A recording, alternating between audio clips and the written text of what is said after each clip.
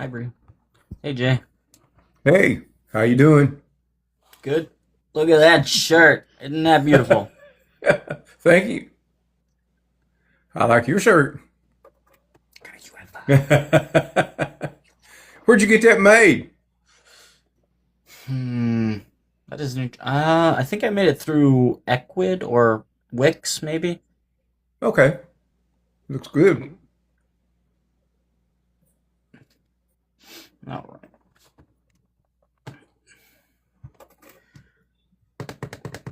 Hopefully, I'll do okay for you today. Uh, I've had a rough. I've been in AFib and extreme high blood pressure since 9:30 yesterday morning.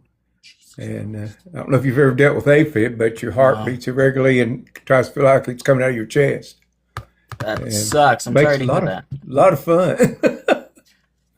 Yeah. and and of course, my face is red because I've been on steroids Hmm. for a tooth infection. So, Is and the that why you've been? steroids, Is that why you've been looking great and lifting all the weights? no, not that kind of steroids. Then the steroids is what kicked me into AFib. They've Oh, never bothered me before, but they have, in rare cases, caused AFib and extreme high blood pressure.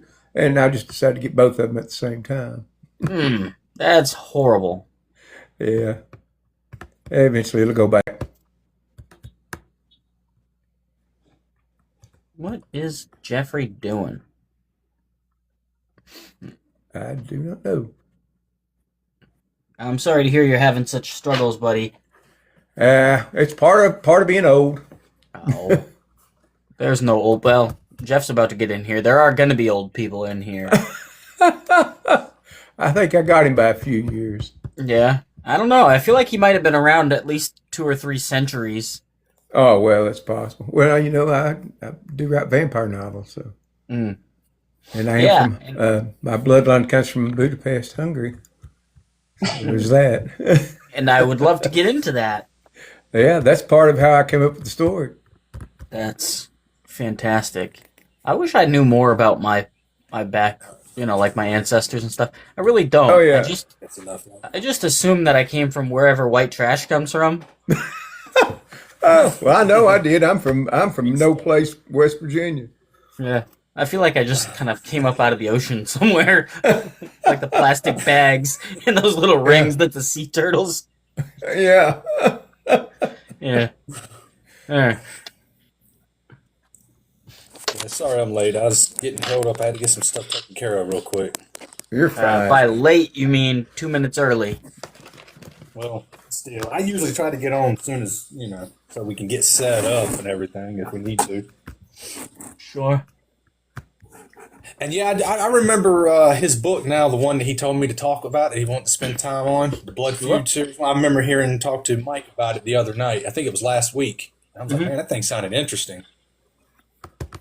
I'm probably going to get a What copy here shortly on that. I'm going to read what's that. what's Yeah, the and I was title going of to it? ask you, Jeffrey, if I want to get one of your books, which one would you recommend I start with? Because I'm going to get What's your favorite type redacted of book to tales. read? I like everything. Mm-hmm. You can't give me something I don't like. Well, if you like creepy stuff, creepy tales from the Appalachian Mountains, that's kind of like what he's got. He's got multiple stories in it. It's like told Okay, narratives. sounds There's good. Yeah, that. that's right up my alley with the Yeah, I, creepy as story far stuff. as like my best writing goes, as I matured more as a writer and editor, would be my latest Melvin's Labyrinth. But I'm going Okay. back. I would recommend A Soulless Death because it's by far the most scariest. But I'm re-editing it right now. I'm refocusing Yeah. on it. I was looking at a lot of your stuff Yeah. on Amazon, and there's so many good books. I was like, I'm just going to ask him, what should I pick? Make it easy. But you got me hooked on this redacted I tales. got a lot I of got to good get ones. that. Yeah, me too. That book's going to be really good. He's read the first story, Nora in it, and I'm telling you, that was really good. I liked it. Yeah. All Stop it, you guys. I've You're been a working right. Hey, on star. Brig. I've been working on some creepy nonfiction too, stuff like I'm definitely not under your bed. Um, don't bother opening the shower curtain, stuff like that. A little bit of I like some Yeah. nonfiction. goosebump stuff. Sounds great. Sound like some R.L. Stein going on over there. I like that. If I was a kid, yeah, I would have definitely been excited. I used to. I read those books. I read every single one of those books in the Oh '90s yeah, into the early 2000s. I loved them as a kid. I watched the shows. Excuse me. I got excited when they came out on TV. I liked them. They're okay, but I was like, I like the books better though, because the books I get to use my interpretation on it, so it's a lot more spookier, as for a kid wise. I loved them. I grew up on them. Them and Stephen King, man, that was just fun. Absolutely. yeah. I like Uh, Stephen King and Dean Koontz, and Me too. the Frankenstein series with Dean Koontz. It was one of my favorite series. I haven't read that particular, Oh but man, Oh, it's awesome. It's a complete yeah. retelling of the story, mhm, and it takes place in New Orleans. yeah, And I think there's 5 or 6 books, and each book he has a different author, co-author with him. nice. Oh, I, oh, that's pretty cool. he wrote this book called Hideaway, and I believe it was a standalone, but I Yeah, absolutely loved it. yeah, that's a good one. Yep. It's good. It's good to have you both here. Thank you for coming. We'll launch the show. Um, Today's guest, J. Michael Vagott. Please introduce yourself, and then you too, Jeff. Well, I'm J. Michael Vagott, and I write paranormal, vampire romance, and horror. I also have a book of true things that I've done, stupid things. I am the most accident-prone person in the world, and so that one's called "Bet You Can't Stick a Fork in Mine." Other things I've said and done, and the title is actually one of the stories in the book, and I actually did that, and I lost that bet too. Uh, Sorry, y'all. Hold on. I'm sharing out some more. I'm Jeffrey Harris, guys, author of the latest book, Melvin's Labyrinth, sci-fi emotional psychological thriller, available on the Zon. I'm currently rerouting or re-editing A Soulless Death, and it looks like I'm going to be backed up because I'm going to be doing some more re-editing. I've also been told that there's a book someone wants me to write, so I'm going to be jumping on that. So another project on the side. So I'm really excited about that. I'm looking forward to that. So yeah, we got a lot going. um, Everybody already knows who I am, I assume, because I host this every week. But I'm Clarence Carter. I am the author of God Knows What. If you ever go dumpster diving, I'm sure you'll encounter them. And this is Redacted Tales, and it will live its second life on the YouTube channel. If you haven't checked out the YouTube channel, please go over there and check that out. I interview authors all the time, and we do narrative stories over there, and all kinds of cool stuff. All right, Jay, thank you for coming.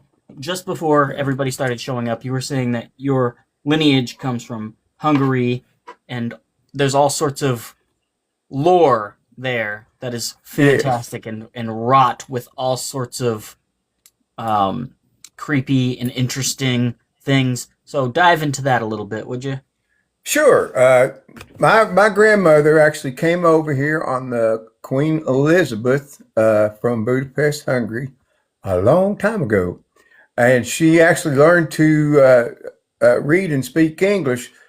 She had 2 Bibles, one English and one Hungarian, and she taught herself how to read.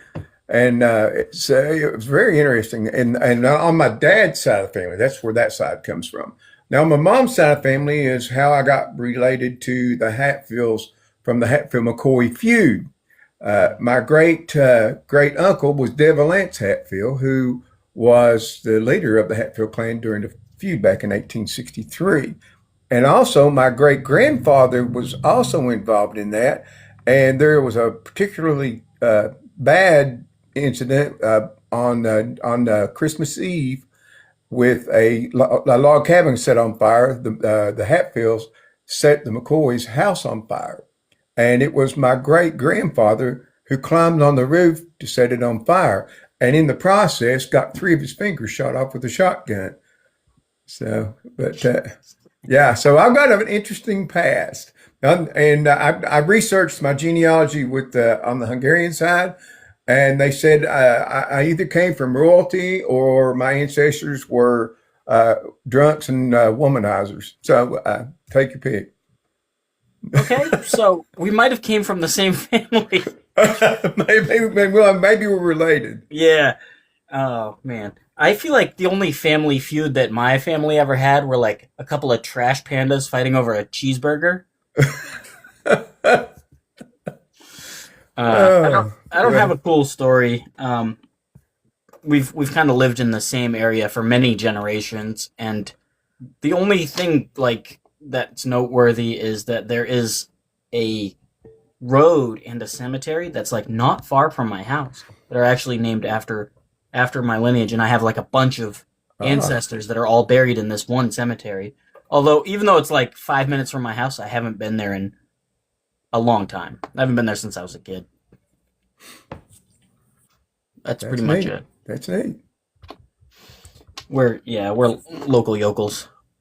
But let's talk about your vampire novels. I also want to talk about Fork in the Eye at some point. Sure. Now that I remember you being interviewed, I can't remember if it was impromptu or maybe Mike or something, and I heard that title and I laughed and I laughed and I was like, you know what? I feel like I could write a book like that too. Not just that I'm kind of accident prone, but like the weirdest, most inconvenient crap happens to me. Oh yeah, me too. I mean, these accidents are some of them are run of the mill, normal stuff, but some of them are just it's impossible. But not for me, Yeah, and exactly. it continues to this day. I could write like 10 more of those books, and people actually want me to. I don't know why, but I guess they find me getting hurt a lot humorous. But I find it hilarious, and especially that I survive it all. I've fallen out of trucks, set myself on fire 3 or 4 times. Just crazy stuff. But the whole fork in the eye, that's why I named the book that, because that happened in the second grade. I was in the lunchroom with my best friend, and for whatever reason, I just turned over and I said, "Hey, I bet you can't stick a fork in mine." I covered my eyes up. I did that, and he went right in the eye. Luckily, it went above the eye, but it damaged it to the point that I had to wear a patch, and I couldn't see out of that eye for about 2 weeks. But it could have gotten a lot worse. It could have been so I much never worse. said I was smart either. Just so y'all know, and if you read that book, you're. I've got it right here. I'll show you a picture of it. Well, I thought I had it right here. I've got it here. I'll grab it quickly.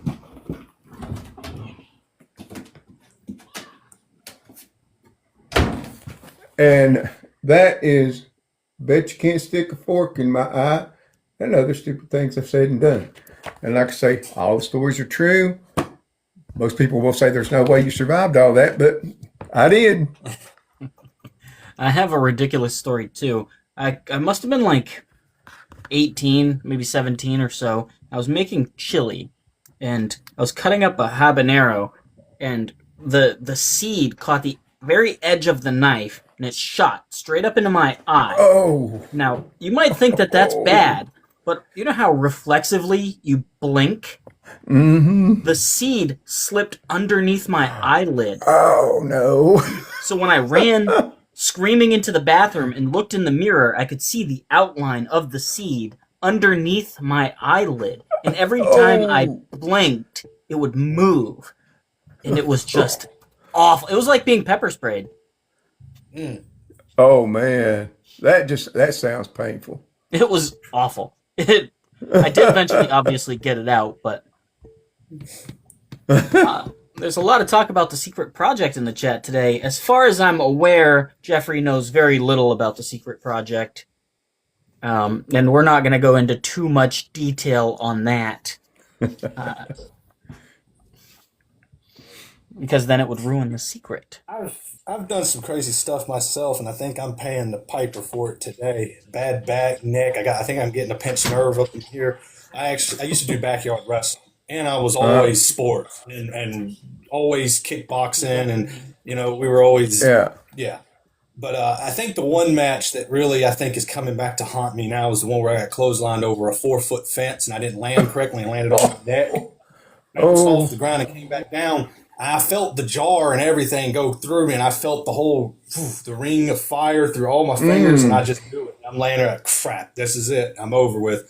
I was moving, And I think my friend that was wrestling me, when he clotheslined me, he saw it. I think he knew, so he took his time coming around the fence. But I started moving, and I went back, and I think we finished another 15, 16 minutes of that match, and I took a couple more chair shots like an idiot. So that's some of the reasons why I think I have talk problems, why I can't talk half the time. Probably something a lot of concussion. I can believe. Well, I was in martial arts. I started martial arts when I was 5 years old and still train today. Believe it or not, I've never gotten hurt doing martial arts. But I can open the cabinet drawer and have to go to the ER. It's never stuff that shouldn't hurt me. It's things that should be safe. I've hurt myself making lunch before. I mean, it's terrible.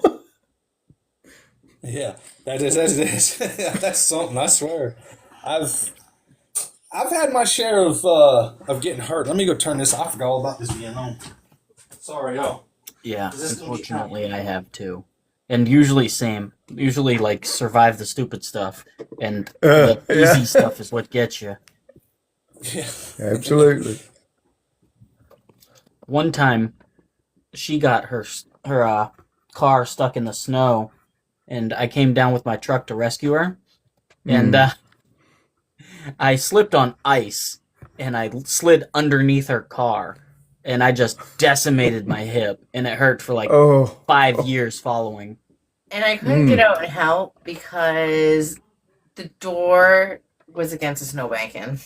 Oh, no. I mean, I could have crawled out the passenger side, but I was also trying to get to work. So it's always the dumb stuff that gets you. Always. Oh, yeah. And I've got a lot of dumb in me. Oh, you're fine. That reminds me of something, though. One more dumb story before I get back into the book stuff. I once fell down a flight of stairs carrying a pizza. I was walking down. We had these like back stairs, and it had been raining, and the stairs had gotten, they're like, outdoor stairs, and the stairs had all gotten wet, and I slipped, and I just went back first. But I never dropped the pizza. Oh, wow. The pizza made it still in the box all the way to the bottom, but it hurt every step all the way down. That's terrible. It's good that you saved your pizza, though. Yeah, it's good that we still had. Yeah. See, I wasn't that lucky. I destroyed my lunch. And it ended up even in my glass, behind my glasses. I mean, I had it everywhere, and it was fresh out of the microwave, and it was mashed potatoes and gravy and meatloaf and all that kind of stuff. Mm-hmm. And my wife, the container my wife put it in, apparently was not microwavable. Oh. And so I took it out, and when I did, it just went, and everything started falling out. So I was trying to catch it, and I saved most of it, but I was at work, and in this particular job, all I had to do was sit in the building and push a button every so often to make run a compactor. And I was pushing it, and I was using a clear fork or a clear spoon to eat with. Well, I didn't notice it, and I had to reach over because I had it sitting in front of me. I reached over to push the button. When I came back, I flipped the spoon. It flipped the mashed potatoes and gravy up over top of my glasses, and they stuck in there. Oh. And I don't know if you've ever tried to get mashed potatoes and gravy off your glasses after that. That doesn't work too well. Not yet. There's still time. Oh, yeah. I can teach you. That is a good It's a skill I know. Yeah. Very helpful. Crap. So I did want to ask you, why specifically vampires? I guess it has to do with Hungary, but... Well, yeah, part of it, but I've always been fascinated with vampires. When I saw, as a little kid, I saw the original Bela Lugosi Universal Dracula, and I just thought that was the coolest movie ever. I just fell in love with that one, and Frankenstein and the Wolf Man. I watched all the classics because, I was born back in the 50s. Mm-hmm. And so I was just thrilled to death to get to see those. It was actually something spooky that my mom would let us watch because there was nothing other than, spooky. And she wasn't so much worried about that. So we got to see those kinds of movies. and I just fell in love with, especially the vampire. He was elegant, but yeah, he was a monster, but he was a very gentlemanly, elegant type of bloodsucker. And I don't know. It just struck a nerve with me, and I've always loved vampire. Matter of fact, I'm getting ready to do another vampire true story about a vampire in a graveyard. I wanted to talk about Yeah, and in Wisconsin. I wanted to talk about the stories too, because you're doing something that, as far as I can tell, nobody else, at least in our community, is doing. In that you're pulling up all these myths and legends and lore, and you're taking it one case at a time, and you're telling stories. And I think they're so fascinating. First of all, Well, where do thank you you. find them? I find some of them on YouTube. I find some of them on Google. I just go everywhere. I read books. Matter of fact, like let's see if I've got one in here. Yeah, this one right here. It's West Virginia Ghost Stories, Legends, and Haunts. I get some stuff from books like that, but mostly I just research the internet, and sometimes it takes a lot of digging. I try to find the lesser known stories, not the ones that that like everybody can read, Amityville and things that people are aware of. I try to find similar stories, but that are not as well known, and some of them are even creepier than the ones that are pretty famous. Oh, for sure. Hey, Jeff, did you know the internet is for other things other than cat videos? Yeah, I think so. Okay, I don't just know. checking. Sure. What is Shay it? says that my vampires can be in the sunlight, and that is really scary. I purposely did that. Now they're weaker in the sun in the daytime, but what that did was, okay, if you're trying to figure out who's a vampire, you can't just say, well, this guy never comes out in the day. He's got to be a vampire. They can come out day or night, and they're way stronger, very much stronger at night. But they can still do damage to you in the daytime, and it makes it the more deceptive. You don't know. You could be talking to a police officer. You could be talking to the mayor, and they might be vampires standing in broad daylight. Yeah. I'm And, convinced and at least one of my ex-girlfriends was a vampire. She sucked the life right out of me and all my money, and I think we've all experienced that at one time or another. Right there. Okay, sorry. Thinking about Phil again. Now, you mentioned earlier about how your vampires can walk out in broad daylight. I had a screenplay. This is actually going to lead to a question I have for you. Actually, I'll go ahead and ask you now and see if you do it, and then I'll tell you what I have Okay. to tell you. Do your vampires, let's say, for example, the older they are or the longer they've been around, do they become more powerful? Do you have you know what I'm getting at, right? Yeah. A lot of them do, and it depends.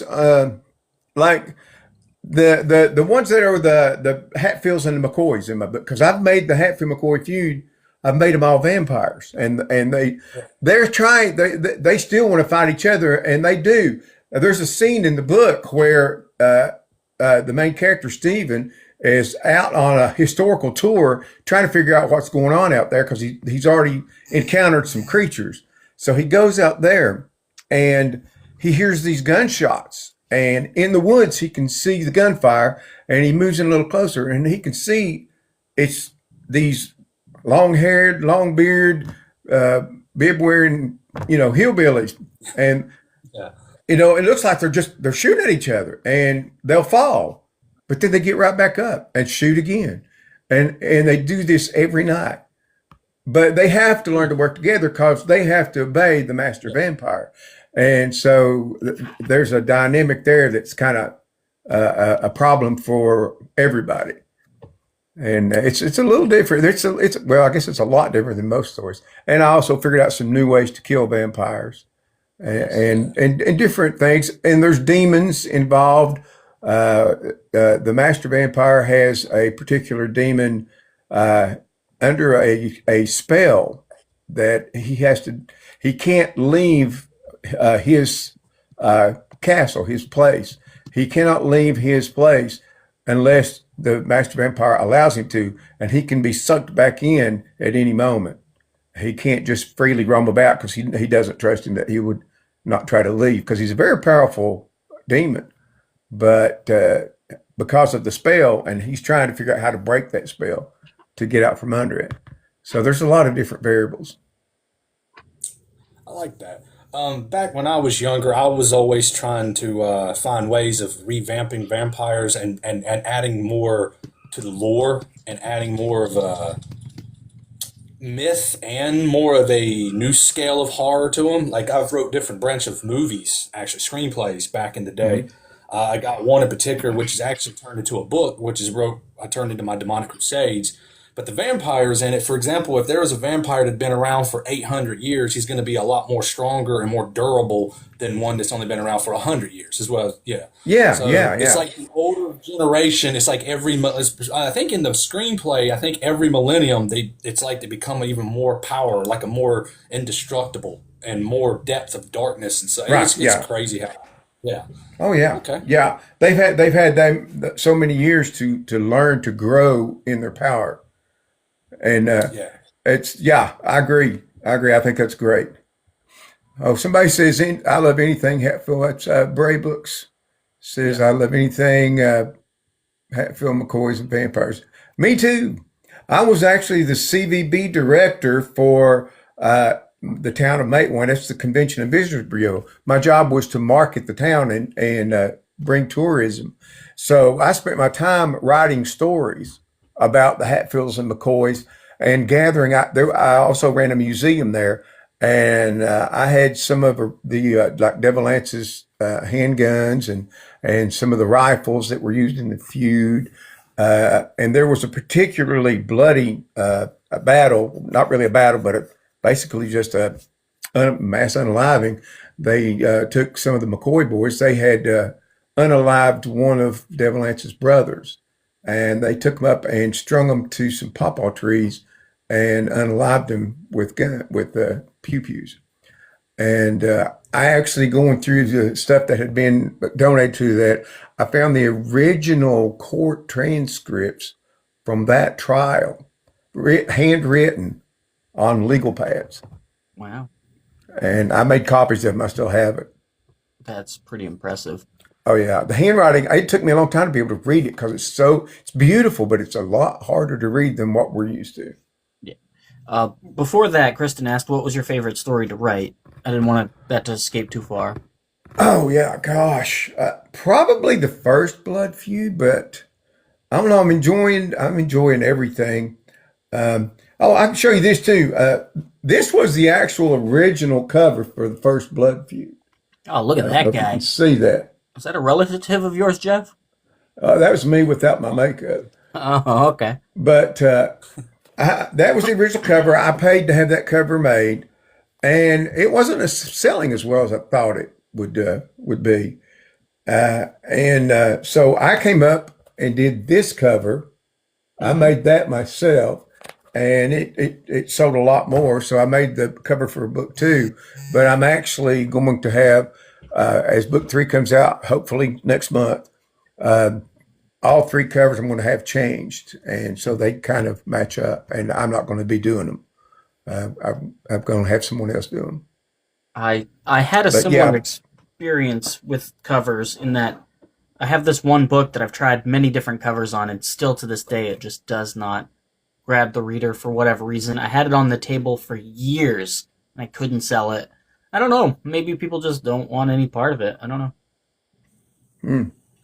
And sometimes you How can many just kind of years? repackage it, and it helps sometimes. How many years was Blood Feud series on your mind before you finally sat down and wrote it? I actually started writing the first book in 1984 on a typewriter, on an old Royal typewriter. I had a night security job, Mhm. and I would write it at night. And I got so far into it, and then I got married and had kids, and then I had all the jobs, and I kind of just let it slip by. And hey, Rob, I see where Rob said hey, and but yeah, I let it just I kind of set it to the side, and then I picked it back up again in 2019, And that's when I got serious about it. And that's, I was getting really close to retiring. And I said, well, I can devote time to it. And so I retired in 2020. We moved back to Tennessee from West Virginia.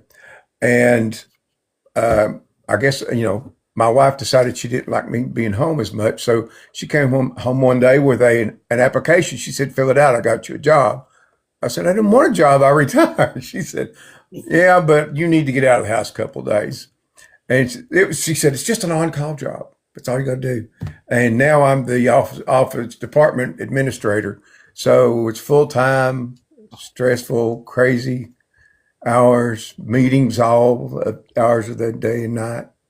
Oh, And so fun. oh my God. Why did you guys do But that to yeah, yourself? but yeah, I always knew I was going to finish Blood Feud, and I should have finished a long time before that. But I just got busy with life, and so that's my poor excuse for not finishing it years ago.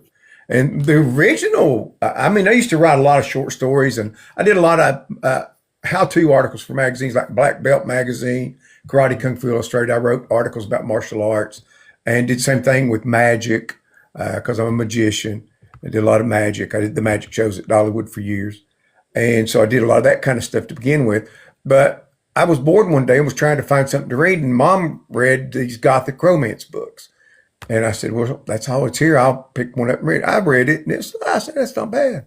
And then I picked up another, and I read a couple of them. And I asked her one time, I said, why do you keep buying these? If you read one, you've read them all. It's all the same plot. She said, well, Mr. Fancy Pants, why don't you write one? So I did. And she said, this is really good. She said, you need to publish that and think about doing some more. So that's what got me started, really getting serious about writing, is because of that. That's awesome. I like that backstory quite a bit, actually. Did you keep any of that old stuff? Oh, yeah. I've got pages and pages laying around that I may pick up one day and finish. Yeah, the one I wrote was called The Ghost of Bostwick Manor. And it's a love story. And so you go through the book and you wonder, is it really a ghost? Is it people playing this up to drive this woman out of the house so they can take it back from her because she inherited it?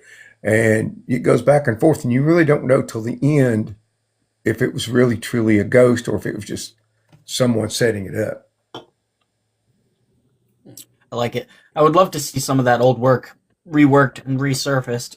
I think that would be fantastic. If you have anything Yeah. creepy and weird and whatever, we take submissions at Redacted Tales. Send something over. Okay, I sure can. I'm waiting for Jeff to write something for me too. Come on, Jeff, buddy. I'll get you some. All right. You I want also- something true? You want something true, or you want something just fictional? Usually we do fictional, but Okay. for you, I might make an exception. Yeah. Well, my true life is crazy as fiction is. I mean, I lived in that haunted house, and that place was creepy as crap. Yeah.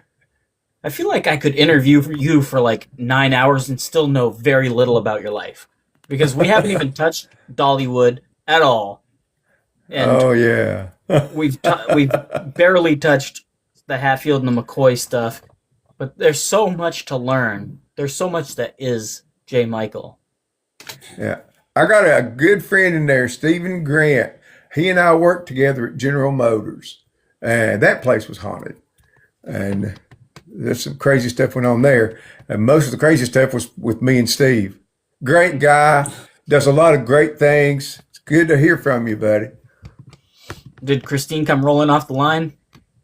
Oh, they did some pretty cool stuff over there. They had experimental parts and different things. But no, I mean, like I was over safety and security there, and at 2 o'clock in the morning, the big bay doors, the folding doors where they pulled the trucks in and unloaded, everything at night was censored. So, it's security. And if the wind blew, which the wind blew all the time up there, it's up in northern West Virginia, Sure. they would shake those doors and the alarms would go off. Well, it would automatically come to me. So I had to drive 45 minutes to from where I lived to the building, and that place was gigantic. They said it was about a mile square, I think, something like it big. Mhm. I would have to walk every inch of it and open every door, look in every office. And I heard talking, I heard phones ringing when there was nothing there, stuff falling off the shelves, but never could find anything out of place. A Mhm. lot of crazy stuff up there. Yeah. And there's something about those empty spots, that like liminal space, that by itself is kind of creepy. Yeah, yeah, I used to yeah. It was a creepy place. I used to clean this beer distributor, like their offices and their whatever. So I would go through, and nobody was there. Like pretty much a third. Well, the warehouse was there, but like all the offices were empty. Everybody had long gone home, and just walking through that building, I was like, I feel like I'm being watched all the time, and even though I knew nobody was there, it's creepy. Yeah, that makes you feel that way, and especially the way that building was set up. I guess to conserve energy, the lights only came on when you walked under them, so they immediately turned off behind you and just came on as you entered the darkness in each section. So that was freaky too, And I knew I'd get right in the middle of the building, and all of them would just go, pff, and I'd be in pitch black. And we weren't allowed to carry guns, Yeah, that's funny. so I did wear my running shoes. Yeah, good call. That reminded me of something. So in the building, there were like motion sensor lights, like what you're talking about, but like in specific room. Not all of them. Some of them were like main lights, but in one particular, it was a bathroom, and I had to go to the bathroom, and I was there long enough that the lights shut off on me, and it definitely gave me a Oh, little no. start. Yeah. Yeah, there's something about being in a place and all of a sudden the lights go out for you don't know why, and you're thinking, uh-oh. Because you see too many of these ghost stories and movies where that happens, and you're like, uh-oh, what's going to happen to me now? Yeah, exactly. Oh man, it's yeah, creepy to say the least. Oh, I yeah. mean, I also wanted to ask. I heard rumors, and I don't know if this is true or not. But is there a Stephanie James project in the works? Are you willing to talk about Yes. that? Yeah. And it's actually off of your book. Oh, buddy. Yeah. Ooh. Yeah. Out of It'll all be the choices that you had. coming soon, very soon. Oh, okay. Yeah. I picked a particular scene, and we're going to run with that, a particular part. Okay. And we'll take it to a different place. All right. I like the suspense. I like the mystery of it all. Yeah. And I've even got a play on your title. Oh, So, interesting. I'm gonna have to judge you for choosing my book out of all the out of everything that you could have chosen. it was forced on me. No, Oh. I'm joking. I'm kidding. I was gonna say that makes a lot more sense. Yeah. Hey, I'm answering somebody here said something about something. We've got some And winners. yes, I'd love to hear about this Ace Adventure Resort. Someone asked me if I'd heard about that, and they said they would message me and tell me about it later. So I said, great. I've never heard anything about that before either. I'd love to know something. Yeah, yeah. I love Yeah, hearing about old creepy buildings and things like that. But I don't know. This may not be that at all. But it's like when I didn't know a lot about the Crescent Hotel, and then I did a story on it. And the thing is, I used to drive through that area all the time when I was working in Branson. If I'd have known that was there, I would have definitely went to visit. See that? Working at Branson. Another thing I didn't know about you. Oh yeah, they sent me Silver Dollar City's up there, and Dollywood is a Silver Dollar City corporation, and they sent me up there. They didn't have a magic show or a magic shop, so in 1993 they asked me to leave Dollywood for a time and go to Branson. So I went to Branson, and I was up there, and I started the magic show there and magic shop. And I was there for about a year and a half. And then they asked me if I would come back. They were having some problems at Dollywood. So they brought me back to Dollywood because the guy that they replaced me with, it wasn't working out. So they got somebody that they could trust up there and sent me back to Dollywood. But he was saying that while I was there, I actually got a job. I went in to get business cards because I was writing then and working on some things. And I went into this printing shop to get some business cards made. And we got to talking, and they did a magazine called Ozark Trails Tour Magazine for tourist bus and organizations. And I got the job of going to all of the shows and interviewing the stars and critiquing the shows. So I got to sit down with some pretty big names that were big way back. Yakov Smirnoff, which you guys are too young probably to even know of. He's a Russian comedian. He was in the old Night Court series a lot. He did stand-up comedy, and he had a show up there, and he was very interesting. Didn't he have a bit that was like, in Soviet Russia, vodka drink or something? Yeah, I know of him. Yeah, super nice guy. And I got to visit with Tony Orlando and Don. There was a magician up there by the name of Kirby Van Birch, who was an awesome magician. Made tigers and lions appear in this. There's a story for you there whenever you want to talk about something. He asked if I'd help him retrain a bear for an illusion. That did not go as planned. Oh. Do I know Joe Farina? I have heard the name. I don't know them personally, but I have heard of them. Tell the bear story. You got me hooked. Oh, hook, line, and sinker. Well, he had this bear that he did an illusion with, and he would make it appear in this mirror ball up in the ceiling. Mm-hmm. But bears have a time where they molt, which they shed fur and stuff, and it looked really rough, so he had to take it out of the show for a while. And it had, being out of the show and not doing it, he had to retrain it to get into the ball and do what it needed to do for the trick. So he asked if I wanted to help, and I said I'll help with the bear. But he did a lot of stuff with big pythons. I said I don't do snakes, and he terrified me with a snake too. I'll kill him one day. But anyway, he locks us in this little tiny room with that bear, and the bear's not tied up, not muzzled, nothing, just roaming around. And this mirror ball had an opening in it in the top, and he had to coax the bear to climb up into this ball. Mm-hmm. And the bear had grown. So before what he did, he would throw vanilla wafers in there, and the bear would climb down in the ball to get them, and he'd put the lid on. Well, the bear had grown enough where it could reach its paw down and get them, and it wasn't going to go. And so he decided to tickle its feet. It did not like that. It lunged at him and then came straight for me because I was standing in the door. And I just was pinned against the door, and it came right up to me. Its nose was touching my leg, and it looked up at me and then turned around and walked back. And then I was white as a ghost. I just knew I was dead. That scared me to death. But he changed places. I think.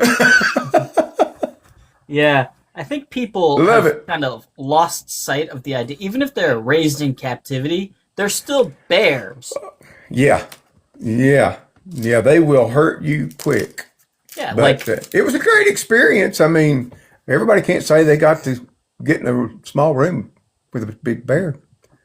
I probably hope I never do it again, too. That is a crazy story. Yeah. Jeffrey said that something exploded. Everything okay? Yeah, I don't know. I'm looking around now. I was just fixing to type it, but I didn't want to interrupt y'all. All I know is it scared. I don't know if y'all saw me jump. It scared the crap out of me because I thought I blew up. Wow. It shook the whole building. Even the floor under my feet rattled. It rattled my body a bit. I don't know what's going on. I don't see nothing, though. Are there any UFOs? That way. Wow. Huh? UFOs? Ghosts? UFOs? Lizard people? Yeah. Cryptids? Well, I was waiting to hear people screaming or not. I was going to go ahead and start arming up and getting ready because it's a zombie apocalypse. Yeah. Was it wow. Jimothy the raccoon? Man, I can't believe. Yeah, I apologize, guys. I didn't mean. Oh no! Hey, you're making this an exciting. This is an exciting interview. There you go. Somebody else is getting blown up for once instead of me.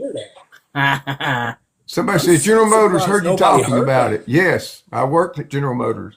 Is this the Rob I know? Yeah, that is. That's my other buddy from General Motors, Rob. Look at that. Everybody's turning up. Yeah, I haven't got to see those guys. When I had my open heart surgery, they drove all the way, and I was a long ways from Martinsburg. They all drove down and spent the day with me after my surgery, after I came out. Couldn't ask for a better bunch of guys. That's another thing that we didn't know about you. Interesting. Open heart Oh, surgery. yeah. Glad everything went okay. Oh, yeah. It woke me up to the fact that I thought I was in shape. So I changed my eating habits, started working out religiously. I haven't worked out in a couple of years because of shoulders and other things, sickness. But I'm getting ready to start back as soon as I get this one on August the 6th. I have to have a complete reverse shoulder replacement. So, but they said I'll actually recover quicker on this one than I did on this one. Because I didn't have a shoulder replacement on this one, but they had to reattach a bunch of tendons because they had torn completely apart on my bicep and in my shoulder. And so it took longer. But this one, the same thing happened. All the tendons broke loose. It's because of the disease that I have. And it just makes your tendons and cartilage and stuff real brittle. But with the replacement, they're not trying to put the tendons back together. And they said your deltoid becomes your rotator cuff. But they said I'll have full range of motion, be able to do my martial arts and everything. That's fantastic. I was actually hoping you were going to get a robotic arm that could turn 360. We could attach I've got weapons enough metal in. Steel rods in my neck, 3 knee surgeries, triceps reattachment, two shoulder surgeries already. Getting ready for the third. Yeah, I could. I've been almost split in half. I call myself the $6 man. I was just fixing. I was just about to say that too. I was like, yep. I beat him to it. That's about how I feel these days. I feel like I'm about $1.50 myself. I hear you, buddy.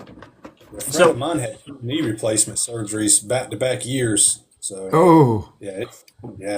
He had to have both his knees replaced because there was no cartilage there anymore. It was like bone on bone. I'm like, oh. Yeah. My left knee's that way. They told me 10 years ago I needed surgery. I don't have any pain.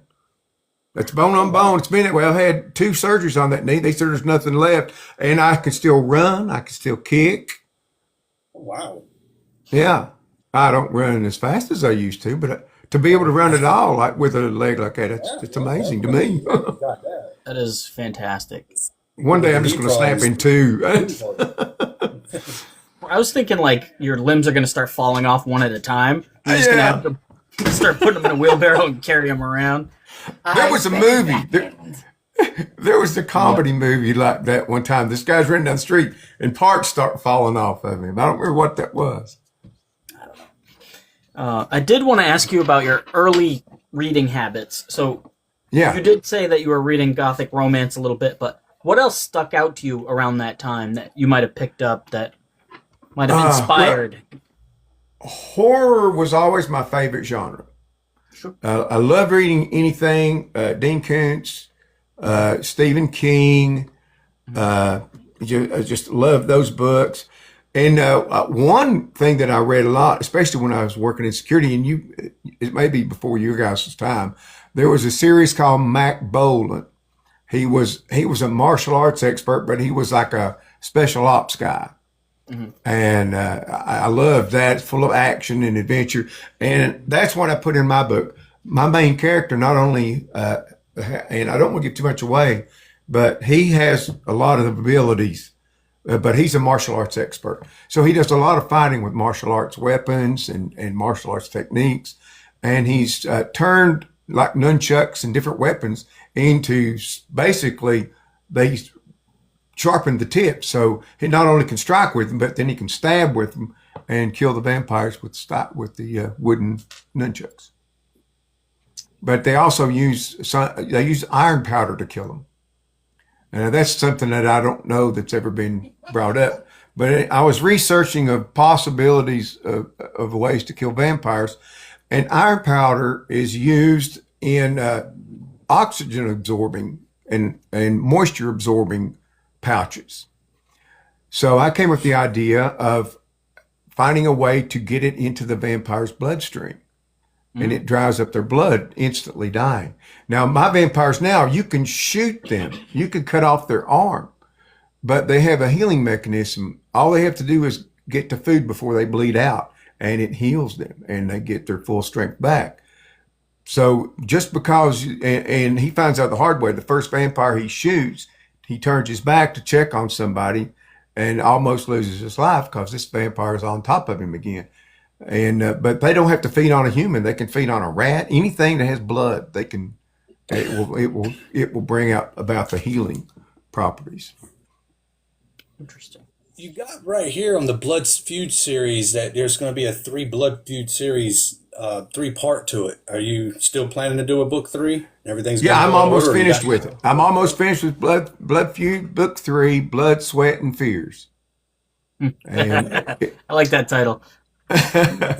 and I so just finished reading The Perfect Stranger by J.T. Jessinger. I've heard of that book. I've not read it, but I have heard of that. That, oh my God, the twist at the end. Like, I told him he has to read it. Oh yeah. See, I like that kind of stuff. I love anything creepy, spooky. Oh, And it's I not don't. It could. spooky. It's definitely a twist and smutty. Oh, okay. Yeah, I actually really, I enjoy writing horror, creepy. I love creepy vibes. I love using folklore and anthology or mythology of things, myths, legends. I love Yeah. psychological thrillers. I'm just, that's some Oh of my yeah. favorite things. I love to mess with the readers. I love to lead you down a path reading the book and then bam, make you take a U-turn and go the other direction, with your train of thought. I love doing Yeah. that. And I've been told since I was a kid that people says that's where you need to stick with. You are great when it comes to psychological. You're really good at manipulating people's minds and Yeah. messing with them. And I love it. It's fun. I get a Oh thrill yeah. out of it. Yeah. But yeah, I've got a bunch of stuff that I'm going. I eventually will pick up and try to get finished stuff that I've started years ago. I've got a lot of stuff that I wrote by hand, on paper, and then some of the old typewriter stuff still stuffed in drawers and all kinds of things like that. So there'll be lots more to come as long as I live long enough. Do what? I said, believe it or not, I've actually used a typewriter myself back in the day. It's actually Well, I fun. actually have one sitting right over here next to me, an old Smith Corona. I actually own one. I just don't remember where I put. I don't know if it's here with me or if it's at the other place that I left, and it may still be there. But it was up in a case that my dad got me back in the '90s. When I was a kid, I loved to write a lot, and he noticed it, and he said, "Well, here." So he went and got a typewriter. He said, "Go be a Stephen King." Oh yeah, I absolutely. never did do it, but I did write though, and I always took my stuff that I wrote and put them in notebooks, and I always put them away. Yeah. I never did nothing with it. Maybe one day I should bring them Right. out and Writing class. revamp them. Yeah. You And yeah then you cover your uh names with you remind me a lot of me. orange I've done that same and thing. type. When I was in West Virginia, I did a writers meeting, a writers group, and one of our little exercises. My screen got crooked, didn't it? One of our little exercises I came up. Everybody started a story, and then we all shuffled it like a deck of cards and picked one, and we had to finish the other person's story, not knowing where they were going to go with it. But they also had to finish their own story. And then everybody would read and discuss them. And it was really helpful on a lot of things about plots and different directions you could have gone with storylines. Absolutely. I like that idea. I've done a handful of writing classes, and the debate is always, do you need them? I don't think you necessarily need them, but they don't really hurt either. That makes any Right. sense? I agree. Yeah. We've got a small writers group here. It's me and two ladies, and it works out great, man. We've been doing a lot of festivals together. I like the horns. And it's been working out real well. We all get the same space, and so one of the ladies writes psychological thrillers and horror. One writes cozy mysteries, and then I do my thing. And so we got a little bit of something for everybody. And these have been really successful for us. We've done 4 already, and we got 3 more to do. Yeah. I do see some of the behind the scenes stuff that you post that you're at events. I get so excited I forget to do I forget to do the videos and pictures a lot of times. Yeah. I used to do a lot of events in person. Now I've kind of dwindled it down a little bit because I'm kind of busy, but I do in some ways miss it though. Yeah. Well, our book sales are unbelievable with these things. Every time I do one, whatever I take, I bring back very little, if anything. That's awesome. So it's been good, and it's really got me more people to notice what I do. Yeah. Jeff, you got to get out there and do some live events, buddy. Yeah, you'd be I great. just got to overcome the anxiety of doing it, though. So Yeah. Yeah. Yeah, just be you. That's all you got to do. Just be you. yeah. I guess I'd probably make it. It'd probably be a bit even. I'm stuttering here. It would be easier if I was with somebody, at least one person who knew me. Yeah. I'd be a little more at ease. Yeah, it does make it easier for you. It really does. If you have a table at a conventions, do you know how many booties are walking around? Enjoy it. Those cosplay costumes, man. There you go. There's always a pro somewhere. Yeah. She's more talking about like the comic book conventions that we do. Yeah. The book specific ones, there's a lot less booty there, but in the comic book Oh yeah. conventions, there's a lot of cosplay. They have one here called Creepy Con, and it's mostly horror and stuff like that. So I'm thinking about trying that one next year. Oh, that could be fun. Don't mind me. I'm a little distracted. Yeah. I can't decide whether you're like an evil devil or an ant or what. They move more like an ant. Maleficent horns. I was thinking something out of a Lovecraft novel, like tentacles start. There you go. Yeah. Yeah. I can see that. Yep. Hello. Hey there, Helen. Hello. Yeah, We're I gonna used to do a lot of videos doing masks. Actually, I used to do a lot of the comedy. I haven't done it. I think I did maybe 1, maybe 2 the entire year. But I used to do like a cat mask. I had a dog, a T-Rex. It was just stuff to, Oh, for man. laughs. I do a lot on my YouTube videos just to make people get my mind off things. It helped a lot, Yeah. actually. Quit Oh, doing yeah. it. I don't know. Maybe Yeah. bring it back. I miss it. Well, see my biggest part of my time at Dollywood was doing the magic I did. I mean, I did real magic, but I did a comedy routine, and I played crazy hillbilly characters and a lot of stuff. And it was funny because they let me audition for one of the shows on stage, and they thought when I did it, they said, "Wow. We thought all you did was stupid, silly characters, but you can actually act." So then I got to actually get to do more at Dollywood than just be crazy. What were the years? I don't know if you mentioned it earlier, and if you did, I apologize. But what were the years you worked at Dollywood? I started there in 1987. My first job was teach people how to throw tomahawks, knives, and spears, and shoot black powder rifles and bow and arrows. And it was a place called Frontier Games. And they don't have that anymore. They had to do away with that. But then I went on to be a train robber, which was a blast. I loved the train robbing. And Did you work through the I was 90s? oh yeah, I worked all the way up and through. I left there in 2017 briefly, and then I came back and worked until came back in 2020 and worked till 2023 and retired. There's a good chance I've probably ran into you several times out there because I used to go to yeah. Hollywood like in the 90s at almost a couple times a year. My dad Oh yeah, used to I was go either doing magic shows. Now you could have seen me, but I could have been in a 10-foot tall bear suit out on the street. We're seeing so much, it's hard to keep up. I'm just saying, there's a good Yeah. chance I probably could have run past. Yeah, Or yeah, seen because they had me covered for everybody. Anytime somebody was out, I would do the rainmaking show, the magic show. I was the bear, I was the prospector, I was the hillbilly. You know, I could be 2 or 3 different characters in the same day. Yeah, nice. That's awesome. Looks like you're ready for Mardi Gras. I learned my lesson as a kid. This didn't take place at Dollywood, but we did go to Dollywood that year.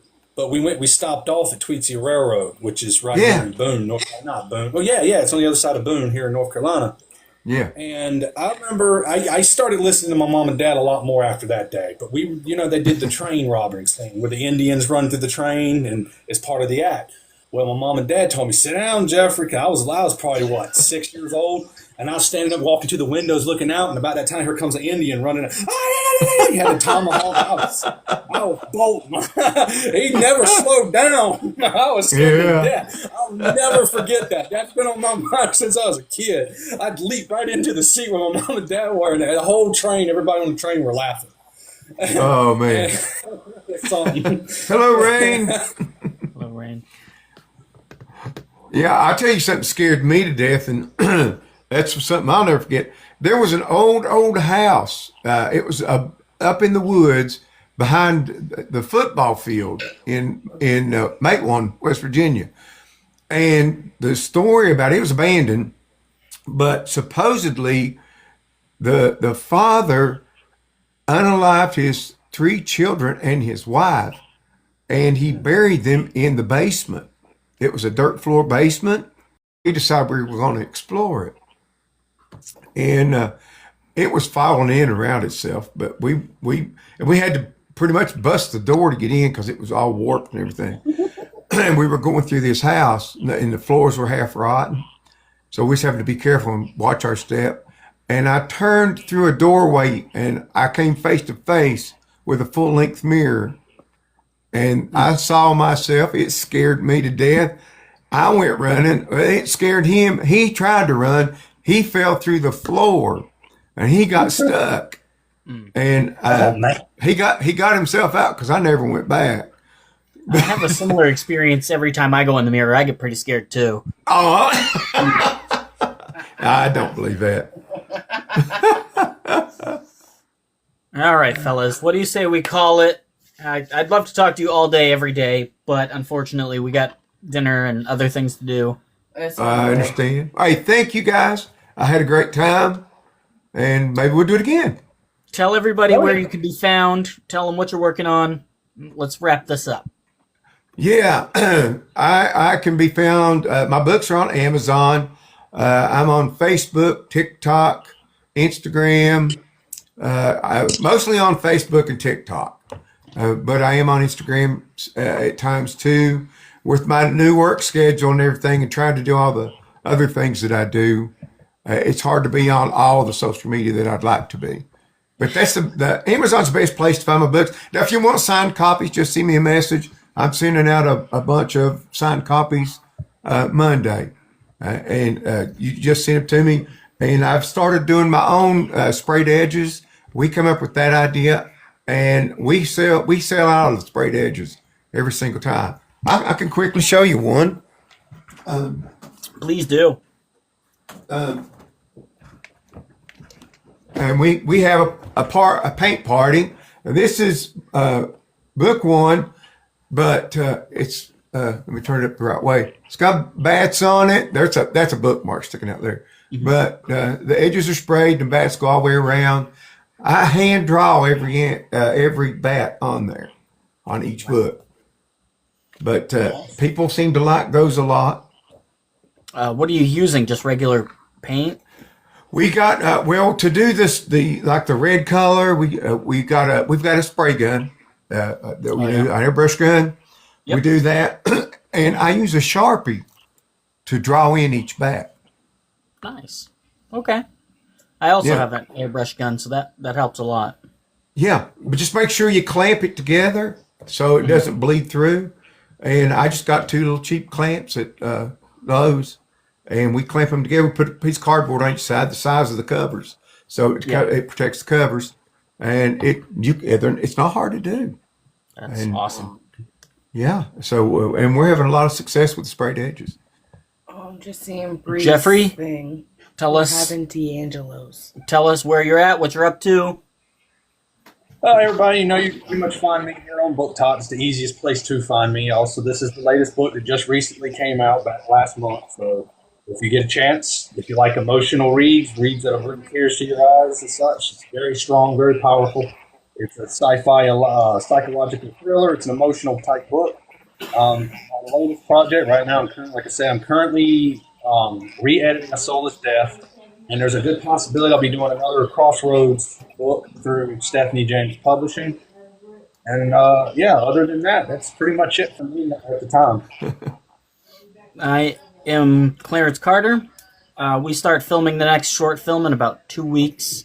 That's what she's all about. This little creepy doll right here, her name is Nora. She's going to be the center of our next short film. And the story that surrounds her is the first story in this collection right here called Redacted Tales, which you can find on the Zon or you can find on my website. The link is in the doodly-doos and the whoozy-whatsies. Thank you, everybody, for showing up. Thank you, J. Michael. You're fantastic. As always, thank you, Jeff. Thank you. Appreciate you Yeah, guys. for me. Had a ball. Oh, yeah. Bye-bye. Y'all take